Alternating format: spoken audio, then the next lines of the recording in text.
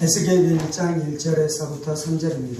30째 해 넷째 달 초닷새에 내가 그발강가 사로잡힌 자 중에 있을 때에 하늘이 열리며 하나님의 모습이 내게 보이니 여호와의 왕이 사로잡힌 지 5년 그달 초닷새라. 함께 있습니다. 갈대아 땅 그발강가에서 여호와의 말씀이 부시아 아들 제사장 나 에스겔에게 특별히 임하고 여호와의 권능이 내 위에 있느니라. 아멘. 기도하겠습니다. 살아계신 하나님 감사합니다. 오늘도 우리가 주의 말씀 듣기를 사모함으로 주님 앞에 나와사오니 사모하는 신령 가운데 부어주시는 하나님의 큰 은혜와 능력으로 역사해 주셔서 말씀이 우리의 신령에 따라질 때 30배, 60배, 100배의 결실의 역사가 있게 하여 주옵소서. 성령을 의지합니다. 살아계신 우리 주 예수 그리스도의 이름으로 기도합니다. 아멘. 오늘은 하나님께서 에스겔에게 환상을 보여주시라라는 말씀을 통해 함께 은혜의 말씀을 나누기를 원합니다. 오늘 말씀에서 보면 이 에스겔이 이 바벨론의 포로로 잡혀가 있는 것에 대해서 말씀하고 있는 그렇게 말씀이 시작되고 있습니다. 1절입니다. 30째 해 넷째 달 초닷새에 내가 그발강가 사로잡힌 자 중에 있을 때라고 말씀하고 있습니다. 지금 에스겔의 나이가 30살이다 라고 말씀하고 있는 것이죠. 지금 에스겔에게 하나님의 환상이 열리기 시작하고 하나님의 말씀이 임하기 시작하며 하나님의 권능이 역사에 있었을 때 나이가 30살이었다라고 말씀합니다. 에스겔에게 30살은 특별히 의미가 있는 이 나이였습니다. 3절에 보면 갈대아 땅 그발강가에서 여호와의 말씀이 부시의 아들 제사장 나 에스겔에게 특별히 임하고 라고 말씀하고 있죠. 에스겔이 어떠한 족속의 사람이었습니까? 그는 부시의 아들이었는데 제사장 가문에 속한 자였다라고 말씀하고 있죠. 그래서 에스겔도 예루살렘에 있었으면 그가 제사장으로 하나님을 섬기고 이스라엘 백성들을 섬겼을 것입니다. 민수기 말씀에 보면 이 제사장이 이 하나님 앞에 나가 섬기게 되는 나이에 대해서 규정하고 있는데 25살이 되면 성전에 나아가서 제사장의 일을 배웠습니다. 정식 제사장은 아니고요. 겸습 제사장으로 사역을 배워가기 시작하는 것이죠. 25세 그렇게 사역을 배워가기 시작하고요. 5년 동안 그 사역을 배워가고 난 다음에 30살이 되면 이제 어떻게 되는 것입니까? 30살에 이제 비로소 이 제사장의 직임과 직무를 본격적으로 감당하기 시작하는 것이죠. 그것이 바로 이 30살이었습니다. 그런데 30살이 되었을 때 에스겔은 어디에 있는 것입니까? 지금 예루살렘 성전에서 하나님을 섬기는 것이 아니라 바벨론의 포로로 잡혀와 있다라고 말씀하는 것입니다. 사로잡힌 지 5년이 되었다라고 말씀하는 것이죠. 에스겔은 사로잡힌 자들 안에 있었습니다. 여기서 사로잡힌 자라는 것은 무엇을 얘기하냐면요. 여호야긴 왕이 지배했었을 때에 바벨론의 공격을 받고 이제 이스라엘이 그 전쟁에서 패했습니다. 그리고 왕도 잡혀가고 수많은 사람들이 잡혀가는 일들이 일어났는데 그렇게 잡혀갔었던 사람들을 통칭하는 명칭이 있는데 그것이 바로 사로잡힌 자였습니다. 마치 일제시대에 우리나라 사람들이 일본에 가서 사는 사람들을 통칭해서 그들을 부르는 명칭들이 있었잖아요. 그런 것처럼 이 바벨론의 포로로 잡혀갔었던 사람들이 있는데 그들을 지금 부르고 있는데 그것이 바로 사로잡힌 자였다라고 말씀하고 있는 것입니다. 에스겔도 그 사로잡힌 자들 안에 포함되어져 있었습니다. 그리고 그들이 어디에 거했다라고 말씀하고 있습니까? 그들이 그발강가 안에 있었다라고 말씀하고 있는 것이죠. 바벨론에는 큰 강이 티그리스 강과 유프라테스 강이 있는데요. 유프라테스 강에 지류가 되는 강이 있는데 그것이 바로 그발강이었습니다. 그발강은 이렇게 이 관계수로로 이 운하를 만들어서 만든 강이었고요. 그리고 그곳 안에 이 집단 거주지가 있었고 포로민들의 집단 거주지가 있었는데 그곳 안에 에스겔이 있었다라고 말씀하고 있는 것입니다. 에스겔은 그곳에서 무엇을 하고 있었습니까? 아마도 운하를 파는 이 노동자로 일하고 있었을지도 모르겠습니다. 그리고 그 운하를 통해 수많은 물자들이 오고 갈 때 그것을 싣고 나가는 일들을 감당했을 수도 있을 것입니다. 그리고 이 바벨론의 이 국민들, 바벨론의 백성들은 군인으로 전쟁에 나가고 난 다음에 그들이 지어야 될 수많은 농토들에 대해서 이들이 농사를 짓는 농부로, 노동자로 일하고 있었을 것입니다. 그들이 어떻게 그발강가에서 노동자로 살아가게 되었는지에 대해서 시편 137편에 보면 그것이 기록되어져 있는데요. 그들이 그발강가에서 이 포로민으로 살아가는 그 삶이 얼마나 비참하고 얼마나 원통하고 얼마나 고통스러웠는지에 대해서 시편 137편에 기록되어져 있습니다. 바벨론 사람들이 와서 이 이스라엘 포로민들에게 노래를 부르다라고 이야기하기 시작하는 것입니다. 너희가 예루살렘에서 있었고 그곳에서 하나님 앞에 드렸었던 예배곡들이 있으면 좀 불러보라라고 그들에게 이야기하기 시작할 때 이 시편 137편 안에서는 그들이 어떻게 합니까? 그 노래를 쉽게 부릅니까? 부르지 못합니까? 그 노래를 부를 수 없다라고 말하기 시작하는 것이죠. 그들은 하나님의 성전을 잃어버렸습니다. 그들은 그들의 나라를 빼앗겨버렸습니다. 하나님의 성전에서 예루살렘 성에서 하나님을 예배하고 하나님의 성경 썼을 때 그들 안에 하나님의 큰 은혜가 있었습니다. 하나님의 영광이 그 예배 가운데 함께하고 하나님의 임재가 그곳 가운데 역사하기 시작하며 그래서 만국 위에 뛰어난 시온산에서 하나님을 예배할 때 그들 안에 기쁨과 그들 안에 만족과 그들 안에 영광이 충만했는데요. 그때 불렀었던 예배곡을 지금 포로민으로 불러간다는 것은 그들의 자존심에 용납되는 것이 아닌 것이었죠. 그것을 부를 때 은혜로 충만한 것이 아니라 슬픔으로 더 충만케 됐을 것입니다. 절망으로 더 충만케 됐을 것입니다. 회한으로 더 충만케 되었을 것입니다. 그렇게 그발강가에서 수많은 이스라엘 백성들이, 유다 백성들이 그렇게 좌절과 절망과 슬픔 가운데 살아가고 있었는데요. 에스겔도 그런 사람 중에 한 사람이었습니다. 제가 지금 몇 주간에 걸쳐서 하나님께서 우리 가운데 새로운 역사와 새로운 일들을 행해 가시는 하나님의 역사에 대한 말씀들을 나누고 있는데요. 하나님께서 우리 가운데 어느 때의 새 일들을 행하십니까? 마치 우리가 그발강가 안에서 모든 것들을 포기하고 모든 것들을 잃어버리고 모든 것들을 절망하는 그 시간 가운데 하나님께서 나타나기 시작한다는 것입니다. 에스겔의 절망은 한 개인이 어떻게 해결할 수 없는 절망이었어요. 국가가 멸망해버리면 그곳 안에 있는 모든 개개인들도 그 개개인들의 상황이 어떠하든지 그들도 다 멸망할 수밖에 없는 것입니다. 일제에 의해서 우리나라가 패망하면 이 대한민국, 이 한반도 땅 가운데 살아가는 모든 사람들은 다 패망과 절망 가운데 들어갈 수밖에 없는 것입니다. 6.25의 전쟁이 발생하면 그곳 안에서 특별한 사람만 어려워지는 것이 아니라 모든 사람들이 절망 가운데 들어갈 수밖에 없는 것입니다. IMF가 터지자 어떻게 됐습니까? 이 모든 사람들이 이 부도가 나기 시작하고 이 사업이 패망함으로 말미암아 어려움을 겪는 일들이 일어나기 시작했잖아요. 지금 우리가 살아가는 이 시절은 어떠한 시절입니까? 물론 우리가 일제시대나 6.25 사병과 같은 그 정도의 어려움 가운데 들어가고 있지는 않지만 그래도 이 곳곳에서 들리는 소리들은 우리가 살 수 없다는 아우성들이 터져나오고 있잖아요.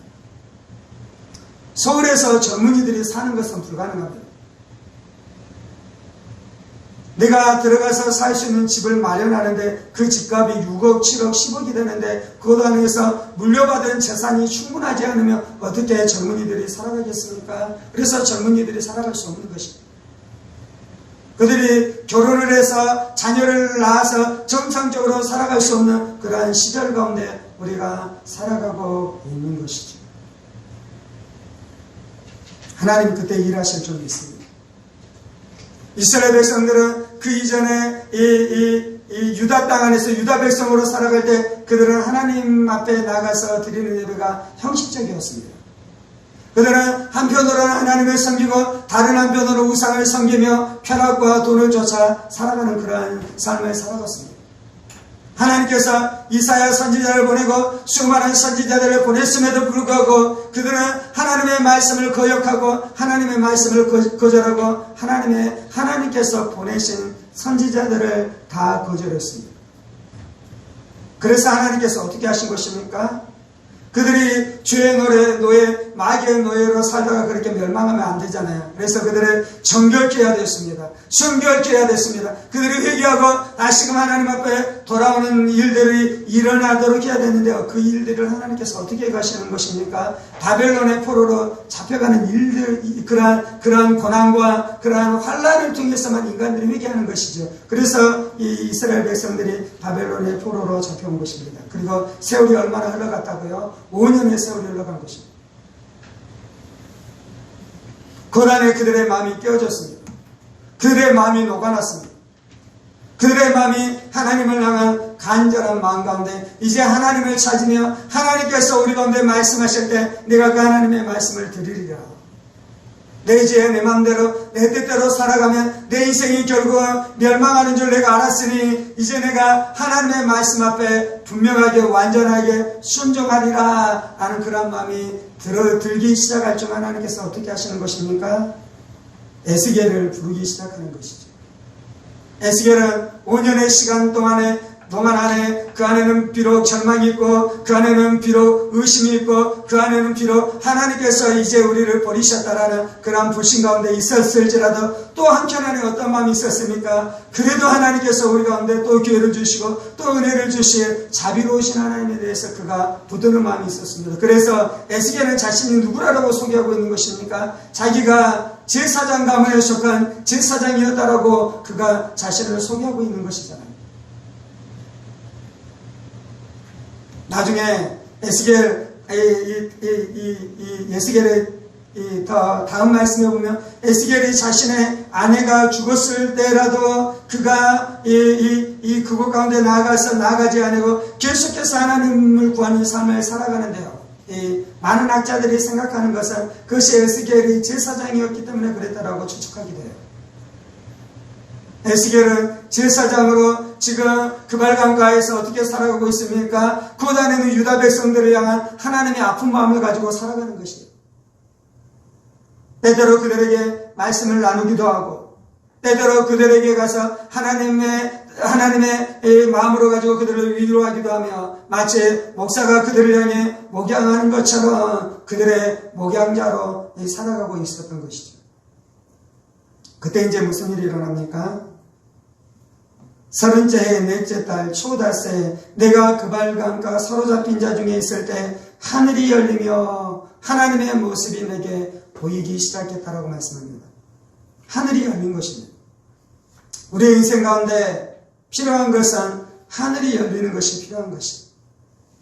우리의 삶 가운데 모든 것이 막히고 동서남북 모든 것이 막힐 때 하나님이 어디를 열어주십니까? 하늘을 열어주시는 것입니다.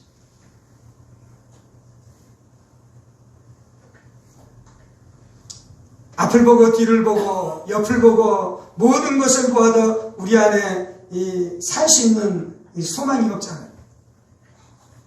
청년들이 이 땅의 모든 것을 살펴봐도 살아갈 수 있는 소망이 없잖아요. 서민들이 빚에 허덕이고 이 대출 이자를 갚는데 허덕이면서 살아갈 때 그들이 그곳에서 벗어날 수 있는 희망이 전혀 존재하지 않잖아요. 그냥 그렇게 살다가 내 인생은 끝날 것이다 그렇게 생각하고 있잖아요. 하나님이 어디를 열어주신다고요? 하늘을 열어주시는데요. 하늘이 열렸다는 것은 무엇이냐면 이제 하나님의 은혜가 우리의 인생 가운데 부어지기 시작한다는 것입니다. 이제 내가 하나님을 분명하게 보기 시작하는 역사들이 나타나기 시작한다는 것입니다. 유다 땅 안에 있을 때는 그 은혜가 사라졌습니다. 비록 예루살렘 성전은 존재했을지라도 그들은 죄악 가운데 들어가고 우상숭배 안에 들어가고 탐심과 탐욕 가운데 들어감으로 말미암아 그들 안에 하나님과의 교통이 막혔습니다. 심지어 이사야 선지자가 말씀을 선포할 때라도 그들은 이사야 선지자가 선포한 하나님의 말씀을 듣지 않았기 때문에 실제로는 하나님과의 교통의 문이 막혔습니다. 그리고 바벨론의 포로로 잡혀가서 5년의 포로 생활들을 지나가는데 그들이 느끼기에는 하나님과 자신들과의 교통의 문이 막혔습니다. 우리 안에 가장 큰 저주는 하나님과의 교통이 막히는 거예요. 돈이 없는 것이 어려움이 아니에요. 잠시 잠깐의 어려움을 겪어가는 것이 어려움이 아니에요. 무엇이 진짜 어려움이냐면요, 예전에는 하나님 앞에 가서 기도했는데 기도하면 기도할 때마다 하나님께서 내 기도를 들으시고 내 마음을 들으시고 하나님께서 역사하셨어요.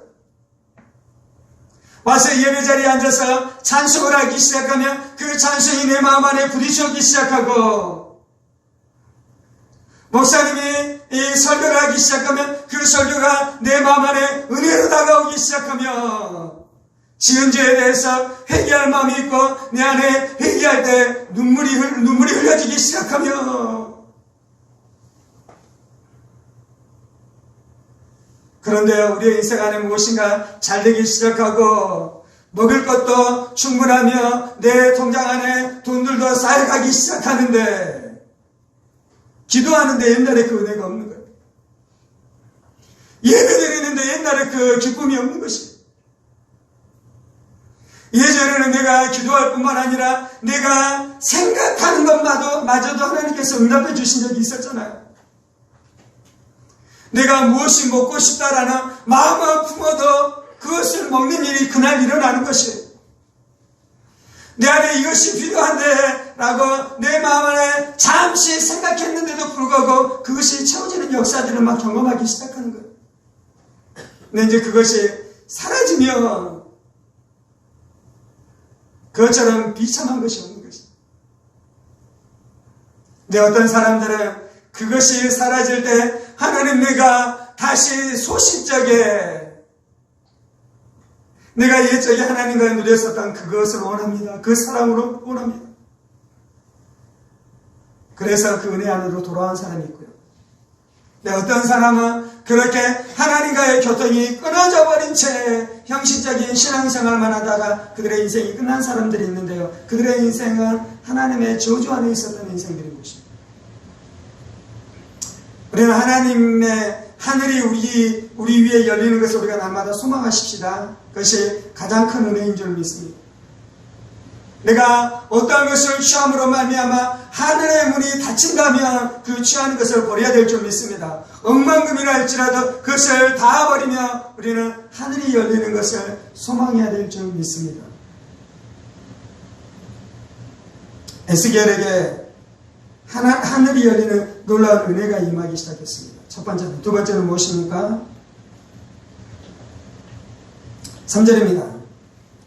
갈대아 땅 그발강가에서 여호와의 말씀이 부시의 아들 제사장 에스겔에게 특별히 임하고 여호와의 권능이 내 위에 있느니라. 첫 번째는 하늘이 열려서 하나님을 보기 시작했고요. 두 번째는 에스겔에게 특별히 하나님의 말씀이 임했다라고 말씀하고 있습니다. 우리에게 필요한 것은 하나님의 말씀이 임하는 것입니다. 하나님께서 말씀을 우리 가운데 가르치기 시작하시고 깨닫기 시작하시고 인도하기 시작하시고 그 말씀이 내 안에 능력이 되기 시작하는 역사가 나타나기 시작해야 되는 것이죠. 오늘 이제 이 말씀에서 하나님의 말씀이 에스겔에게 특별히 임했다라고 말씀하는데요, 3장에 보면 무슨 일이 일어나냐면요, 하나님께서 에스겔에게 너가 이 말씀, 이 두루마기의 말씀을 먹으라라고 말씀합니다.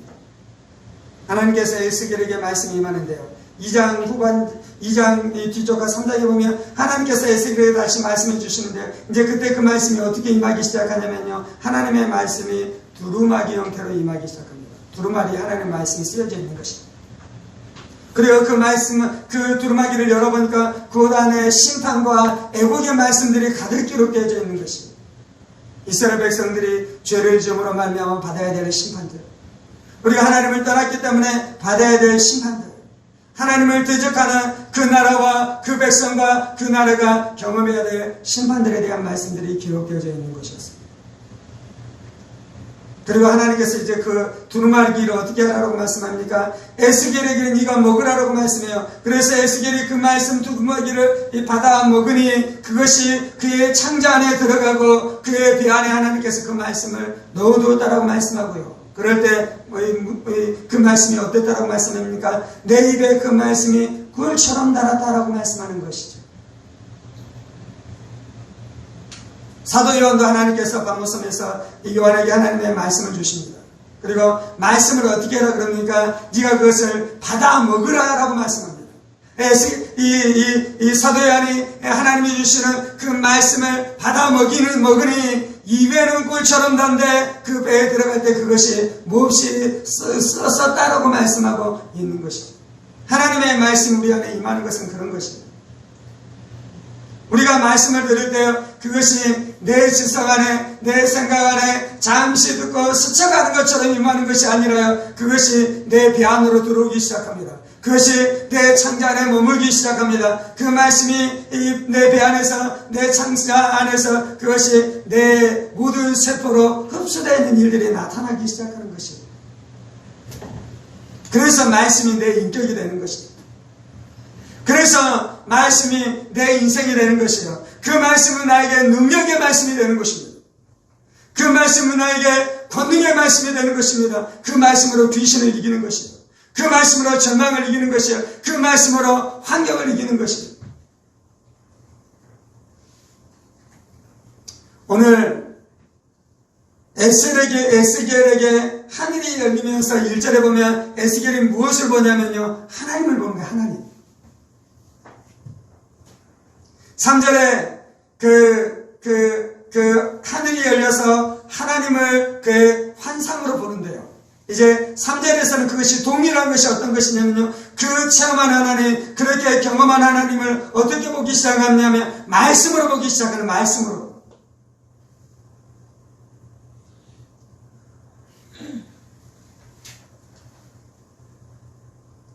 욥은 하나님을 귀로만 들었는데 이제 자신이 눈으로 본다라고 말하잖아요. 우리 안에 새로운 삶은 어떻게 열리냐면요, 하나님이 누구신지 말씀을 내가 들었는데요, 예전에는 들었는데 이제 내가 눈으로 보기 시작하는 역사가 나타나는 것이 바로 전환점이에요. 하나님의 말씀은 그냥 내가 이렇게 지적으로 들었는데요, 그런 것이 아니라 내가 그 말씀을 받아서 먹어 그것이 내 창자 안에 내 배 안에 머무르면서 그 말씀이 나에게 양분이 되어 내 안에 흡수되기 시작할 때 내 인생의 문이 열리기 시작하는 것이에요. 네, 그 말씀은 하나님이 누구신지에 대해서 말씀하는데요, 1장 4절부터 28절까지에서는 몇 가지에 대해서 환상이 나타나기 시작해요. 첫 번째는 폭풍이 불어오기 시작합니다. 그리고 그 폭풍 가운데 네 생물이 있습니다. 네 생물. 네 생물은 하나님의 종들을 이야기하는 것입니다. 네 생물들은 하나님의 일들을 하는 천사들을 이야기하는 것이에요. 그리고 그 네 생물이 역사하기 시작하는데요, 그 네 생물이 사방으로 움직이기 시작하는데요, 아래를 보니까 무엇이 있습니까? 세 번째는 그 안에 바퀴가 있었습니다. 바퀴가 신비롭게도 우리가 보통 차를 가면 이 차가 가는 것이 있잖아요. 차는 앞으로만 갑니다. 물론 뒤로 후진할 수도 있는데 옆으로 갈 수는 없습니다. 그런데 에스겔이 보았었던 그 바퀴는 놀랍게도 앞뒤 좌우 마음대로 이 방향을 바꾸지 않으면서도 자신이 원하는 곳으로 막 마음대로 갈 수 있었습니다. 네, 특별히 영으로 말미암아, 성령으로 말미암아 성령의 지시를 따라 움직이는 바퀴였죠. 하나님께서 우리의 삶을 도우시기 위해 폭풍을 보내주십니다. 하나님께서 우리의 삶을 도우시기 위해 천군과 천사들을 보내주십니다. 아멘. 그런데 하나님께서 보내시는 그 종들은 몹시 빠르게 앞뒤 좌우로 마음대로 하나님께서 움직이도록 하십니다. 우리 가운데 하나님이 보내주시는 응답은 결코 늦지 않을 것입니다. 왜 그렇습니까? 바퀴가 앞뒤 좌우로 마음대로 빨리 움직이잖아요. 아멘. 그런데 그 에스겔에게 하나님께서 보이신 환상의 핵심이 있었는데 그 마지막에 나오는 바로 보좌였습니다. 첫 번째, 폭풍이 불어오고 있었어요. 그런데 그 폭풍 가운데 네 생물이 있었어요.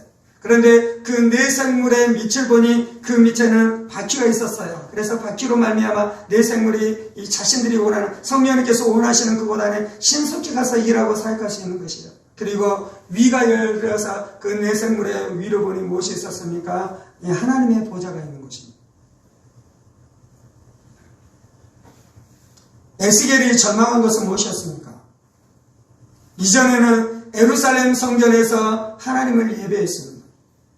그 예루살렘 성전 가운데 하나님께서 영광으로 임재하셨습니다. 그런데 요하긴 5년에 왕도 잡혀오고 자신들도 잡혀왔잖아요. 물론 아직 예루살렘 성전은 회파되지 않았습니다. 앞으로 이제 5년의 시간이 더 지나면 예루살렘 성전도 회파되고 완전히 이스라엘, 이 유다가 멸망하게 될 것입니다.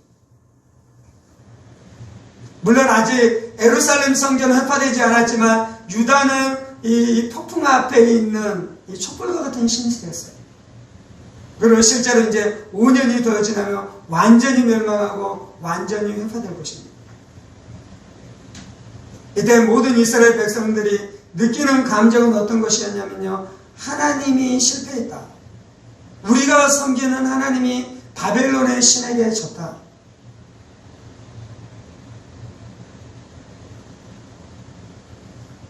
그리고 찬란했었던 하나님을 예배하는 상 가운데 있었던 그들이 이제 우상이 만연하고 우상이 충만해 있는 그 땅 가운데 있는 것이다. 어디를 가도 우상 신전이었습니다. 어디를 가도 우상을 섬기는 자들이 그 안에 있었습니다. 그리고 그들은 지배자들이었습니다. 그들은 권력자들이었습니다. 그들은 철학자들이었습니다. 그들은 교수들이었습니다. 그들은 왕이었고 그들은 고관 대작들이었습니다. 우상 숭배자들. 그리고 그 우상 숭배자들이 하나님의 백성들을 밟아버리는 것이에요. 책찍질하는 것이요. 그들에게 침을 뱉고 그들의 발을 씻도록 그들을 모욕하기 시작하는 것이죠. 그것 안에서 그들의 신앙이 얼마나 의심 안에 있었겠습니까? 하나님을 향한 의심. 하나님께서 에스겔에게 그의 하늘을 열어주시고 환상을 열어주시고 그리고 하나님의 말씀이 임하기 시작하며 그래서 하나님께서 그에게 보여주신 것이 무엇이었냐면 하나님이 만유에 뛰어나시다는 것입니다. 하나님께서 모든 땅들을 다스리고 계신다는 것입니다. 하나님이 지금 이 바벨론에서도 하나님이 왕이시다는 것입니다. 아멘. 지금은 마치 돈이 주인인 것처럼 부자들이 득세하면서 살아가는 시절입니다. 그래서 돈 없는 사람들은 절망 가운데 있습니다. 그때 믿음의 사람을 향해 하나님께서 보라라고 말씀하는 것은 너가 보기에는 돈이 주인인 것처럼 보이느냐? 하나님이 주인이시라고 말씀하는 것입니다. 우리는 열강 안에 둘러싸여 있습니다. 북한과 대치하고 있고요. 중국이 공산주의 중국이 있잖아요. 그리고 러시아가 있습니다. 러시아. 그리고 일본이 있고요. 그리고 미국이 있는 그 틈바구니 안에서 우리가 살아가고 있습니다. 한민족이 살 수 있는 것은 무엇입니까? 우리의 눈을 들어보니 하늘이 열려있고 하나님께서 온 땅을 다스린다는 것입니다. 그래서 우리가 주님을 섬기기 시작하고 주님을 예배하기 시작하고 하나님의 말씀을 쫓아 살아가기 시작하면 하나님께서 우리의 민족을 지켜주실 줄 믿습니다. 성삼국의 비전이 성취되어지고 통일한국의 비전이 성취되어지며 성교한국의 비전이 성취되어지는 놀라운 역사가 나타나게 될 줄 믿습니다. 하나님 지금 에스겔 안에 행하고 계시는 것이 바로 이것인 것이에요. 그때 에스겔이 좌절을 딛고 소망 가운데 나아가기 시작할 것입니다. 절망을 부숴버리고 일어나기 시작할 것입니다. 의심을 부숴버리고 일어나기 시작할 것입니다. 우리 안에 이 말씀이 역사, 하나님이 누구신지에 대한 말씀이 역사해야지 사람을 살릴 수 있는 거예요. 우리 안에 하나님이 누구신지에 대한 말씀이 역사하기 시작해야지 우리의 자녀들을 살릴 수 있는 것이에요. 세상은 우리의 자녀들을 향해 말합니다. 네가 가진 것이 별로 없기 때문에 너의 인생은 패망했다. 네가 물려받은 재물과 재산이 없기 때문에 너는 삼류의 인생을 살아갈 것이다.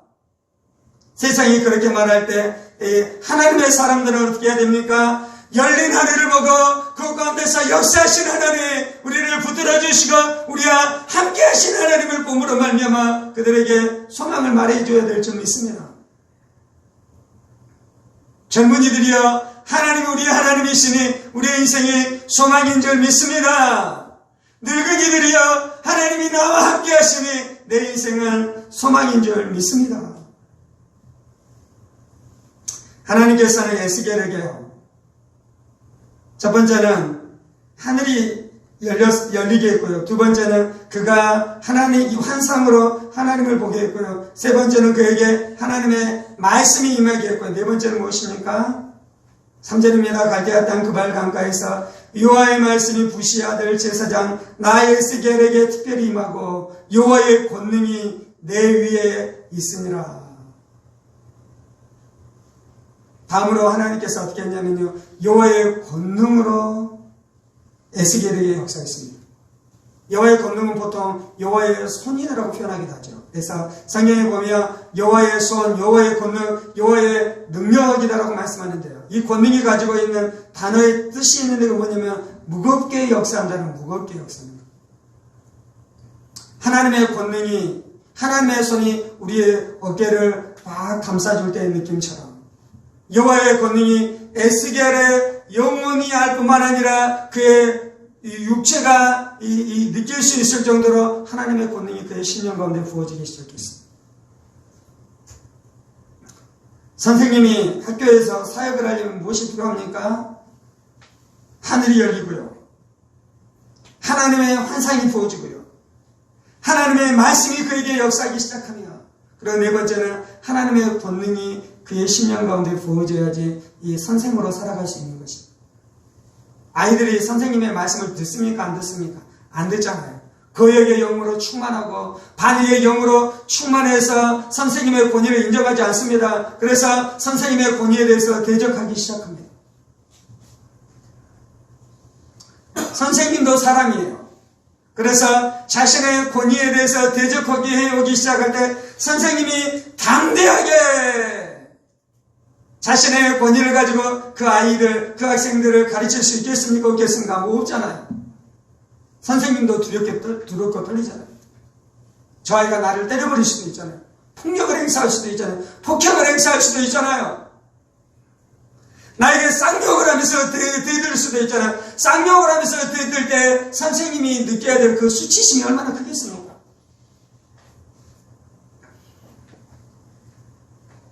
저희가 길을 가다가 아이들이 담배를 피면 우리가 가서 말할 수 있습니까? 없습니까? 예전에는 할 수 있었어요. 근데 지금은 못해요. 지금은 못하는 이유는 무엇입니까? 첫 번째는 완력 폭력에 의해서 우리가 어려움을 당할 수 있는 것입니다. 제 등치가 크지 않잖아요. 제가 완력이 센 사람이 아니잖아요. 그래서 중학생들이나 고등학생들, 싸움 잘하는 애들이 우리를 죽이겠다고 달려들면 우리 맞을 수밖에 없는 것이죠. 맞을 수밖에 없는. 그런데 육체적인 완력만이 우리를 두렵게 합니까? 정신적으로 우리를 향해 모욕하기 시작하고 우리를 조롱하기 시작할 때 그 충격이 얼마나 크겠습니까? 어른하고 싸워요. 그래서 어른이 나한테 침을 뱉어요. 그때 느끼는 수치심보다요, 내가 가르치는 학생이 나를 향해서 무엇인가 조롱하기 시작했었을 때 그때 느끼는 자괴감이 얼마나 크겠습니까?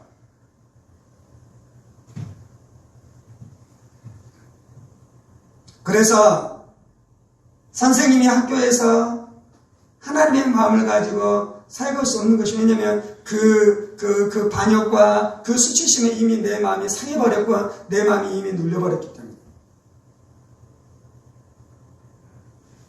목사가 성도를 두려워한다면 사역을 할 수 있겠습니까? 없겠습니까? 목사가 성도를 무서워해서 그 때문에 벌벌벌 떤다면 그 앞에서 사역을 할 수 있겠습니까? 없겠습니까? 없는 것이잖아요.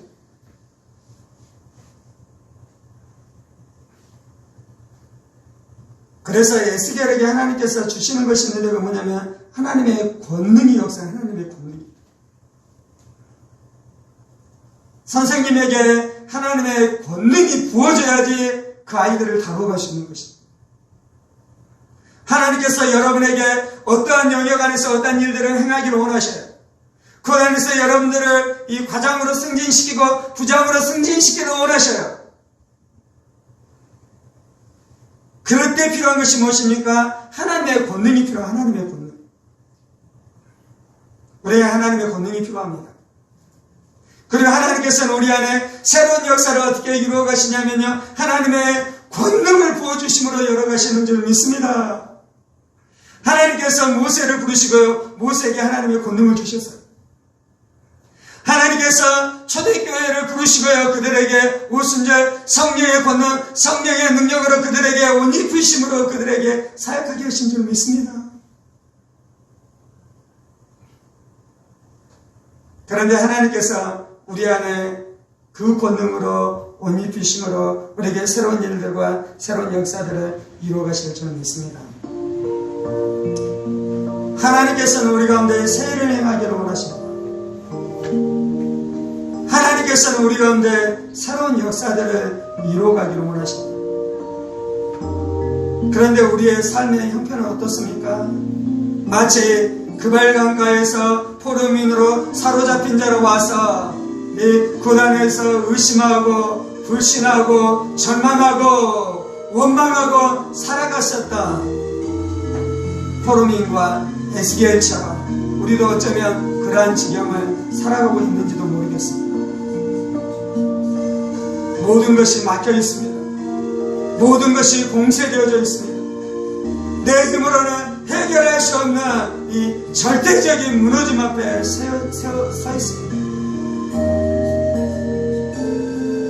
이 땅 가운데 직업이 너무 뛰어서 내가 집을 마련하는 것은 이제 불가능해 보이는 그러한 지경 안에 처해 들어가 있습니다. 내가 감당해야 될 빚이 있는데 갚아야 될 그것이 뛰어서 그것을 감당할 수 없는 지경 안에 처해 있을 수도 있습니다. 주여, 이자가 자고나면 뜁니다. 주님.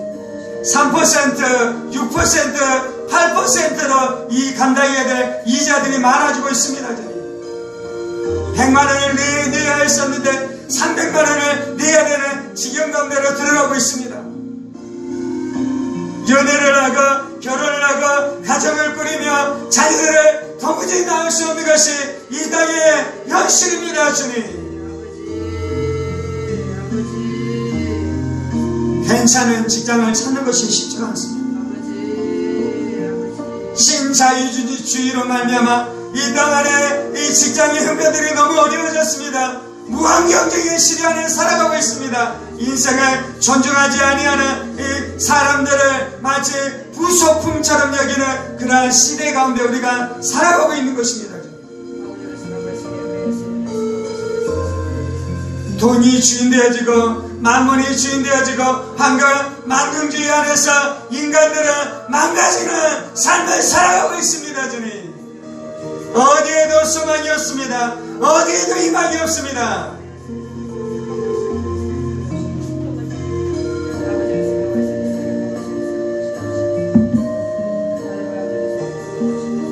노인들은 평생 열심히 일했음에도 불구하고 은퇴해서 내가 내 안에 가지고 있는 돈들로 나의 노년을 살아가는 것이 쉽지 않는 그러한 시절을 우리가 살아가고 있습니다. 주님.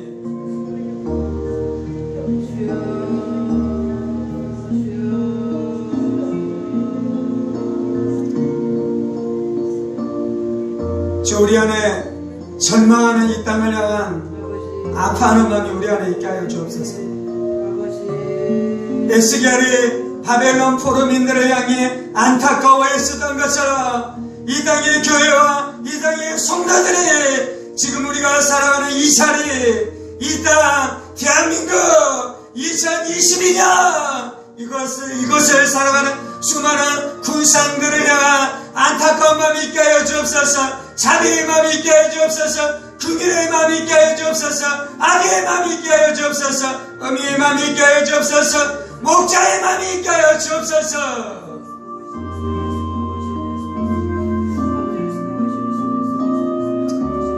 하나님이 우리를 왕같은 제사장으로 부르셨습니다. 하나님이 우리를 왕같은 제사장으로 부르셨습니다. 에스겔이 제사장이었을 뿐만 아니라 나도 예수 안에서 왕같은 제사장입니다.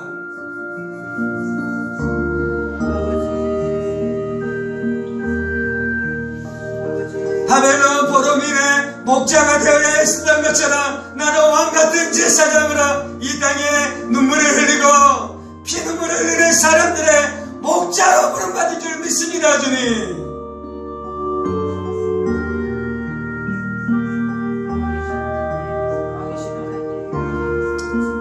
하나님 하늘을 열어주옵소서. 사방이 막혔습니다. 주님, 하늘을 열어주옵소서. 주여, 모든 것이 막혔습니다. 하늘을 열어주옵소서. 질병으로 말미암아 모든 것이 막혔습니다. 하늘을 열어주옵소서. 가난으로 말미암아 사방이 막혔습니다. 하늘을 열어주옵소서. 대출과 빚으로 말미암아 모든 것이 막혔습니다. 하늘을 열어주옵소서. 저 좋은 직장, 병면한 직장을 구하는 것이 쉽지 않습니다. 하늘을 열어주옵소서. 하늘을 열어주옵소서.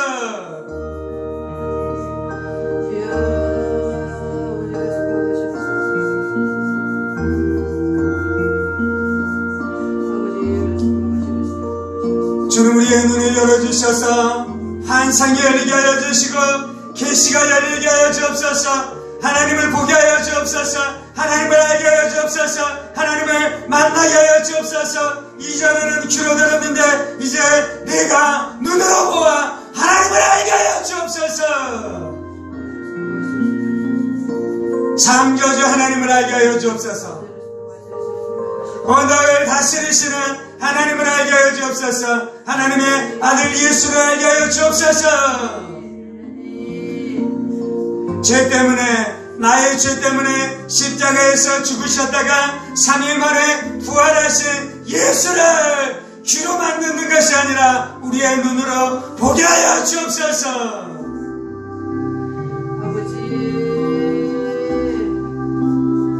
하나님의 말씀이 특별히 우리의 인생 가운데 임하시옵소서. 내가 말씀을 먹게 하시고 내 배에 두게 하시고 내 창조 안에 머무르게 하여 주시며 그 말씀이 권능으로 역사하시옵소서. 그 말씀이 권능으로 역사하시옵소서. 그 말씀이 권능으로 역사하여 주옵소서. 말씀의 능력으로 귀신을 이기게 하시고 말씀의 능력으로 세상을 이기게 하시고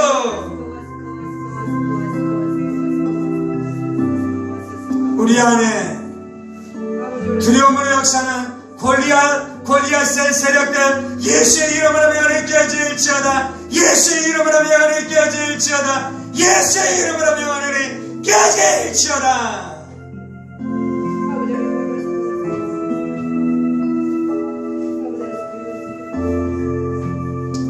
하나님 여호와의 권능으로 우리 안에 임하여 주옵소서. 할렐루야, 할렐루야. 하나님 우리 안에 여호와의 능력으로 임하여 주옵소서. 성령의 불로 역사하여 주옵소서. 성령의 불로 역사하여 주옵소서. 다니엘의 세 친구가 불문불 안에 들어가서도 살았었던 것 같은 하나님의 권능으로 역사하여 주옵소서. 사자굴 안에서 담대하게 사자의 입을 막아버렸었던 하나님의 권능이 임하게 하여 주옵소서.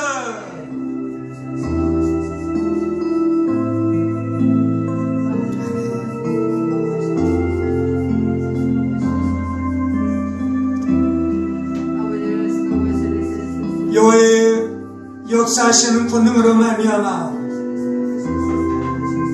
부모를 두려워하지 말지니라.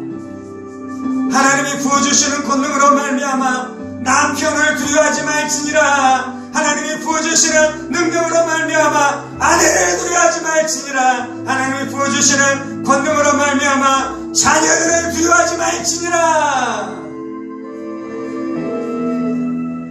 하나님이 부어주시는 권능으로 말미암아 직장 상사를 두려워하지 말지니라. 직장 동료를 두려워하지 말지니라.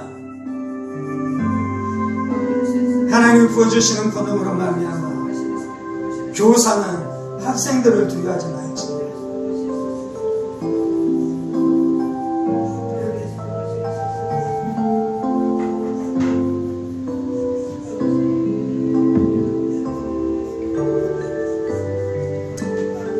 할렐루야.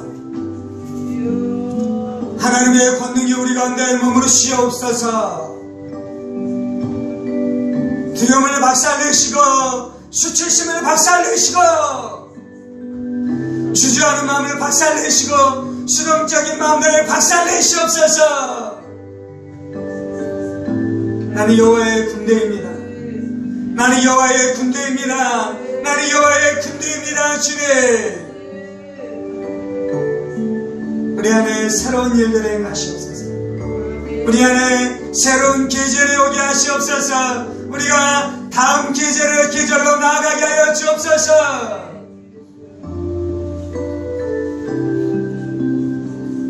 예수의 이름으로 인생의 다음 단계가 열릴지어다. 예수의 이름으로 명하는 인생의 다음 페이지가 펼쳐질지어다. 할렐루야. 할렐루야.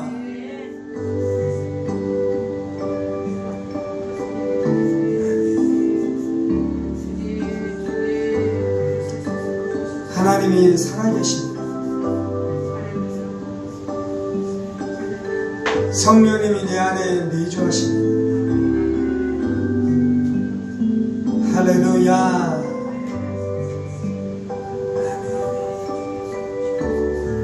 내 안에 내주하신 성령님께서 예수님을 통해 하늘을 이미 열어놓으신 것을 믿습니다.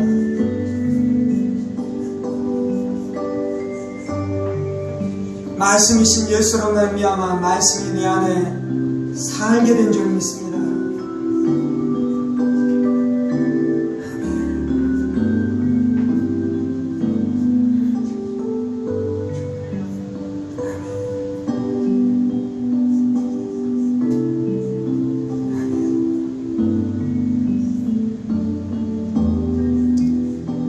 주님이 이 땅 가운데 수많은 고난과 환난으로 이 땅의 교회를 순결케 하시고 이 땅의 성도를 순결케 하신 주님, 우리가 주님을 간절히 사모하게 하시고 우리 안에 하나님의 거룩이 충만하게 이루어지게 하여 주셔서 우리를 통해 하나님의 영광이 임하며 하나님의 나라가 임하게 되어지는 역사가 나타나게 하여 주옵소서.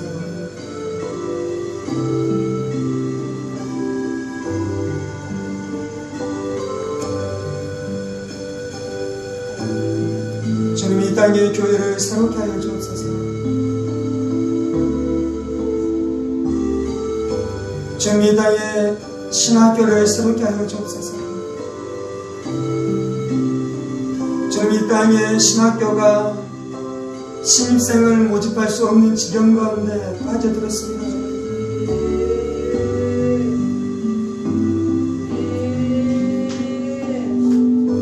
주님, 장년들을 무시하는 것은 아니지만 이 땅의 신학교 안에 청년들이 지원하지 않아 이제 권사님들, 집사님들로만 채워져야 되는 지경 안으로 빠져버렸습니다. 주님,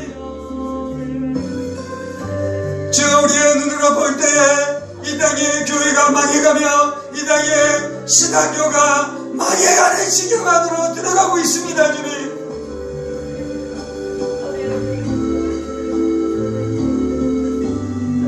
주께서 일하셔야겠습니다. 하나님이 일하셔야겠습니다. 주님,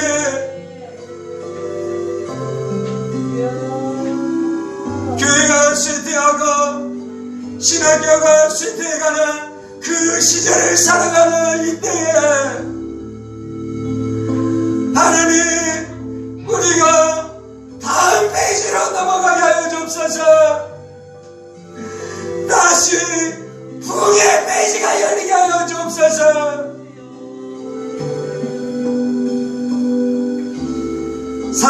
다음 페이지를 열 수 없습니다, 주님. 우리가 다음 페이지를 열 수 없습니다, 주님.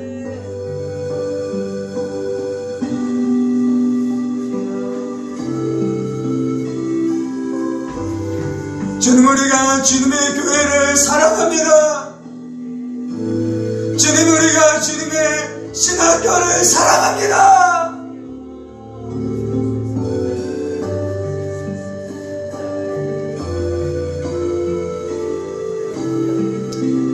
주님, 교회를 위해서 울며 기도하고 신학교를 위해서 울며 기도하는 자들 안에서 에스겔이 일어나게 될 줄 믿습니다.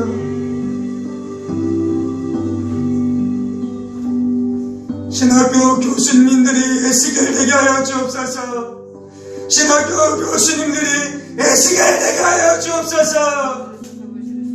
교회 목사들이 에스겔 되게 하여 주옵소서. 교회 목사들이 에스겔 되게 하여 주옵소서.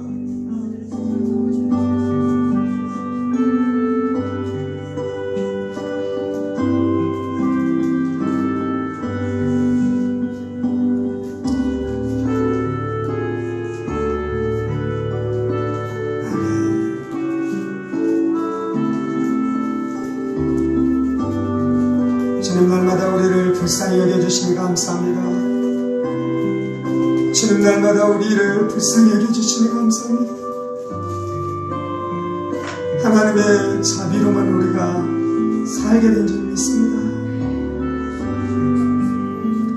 이 모든 말씀 살아계신 우리 주 예수 그리스도의 이름으로 기도합니다. 아멘. 이제는 우리 주 예수 그리스도의 은혜와 하나님 아버지 지극히 크신 사랑하심과 성령의 감동과 교통 충만하심이 하늘을 여시고 하나님의 말씀을 보내시고 주의 성령으로 역사하시고 하나님의 권능으로 역사하셔서 우리 가운데 하나님의 나라를 이루어 가시는 하나님을 사모함으로 살아가는 사랑하는 성도들과 그의 가정 본속들과 하늘문교회와 저국교회와 이 나라의 민족과 사랑하는 북한 동포들과 세계 열방간의 복음을 선포하시는 사랑하는 선교사님들 가운데 이제로부터 영원까지 함께 하시기를 간절히 축원하옵나이다. 아멘. 아멘. 아멘.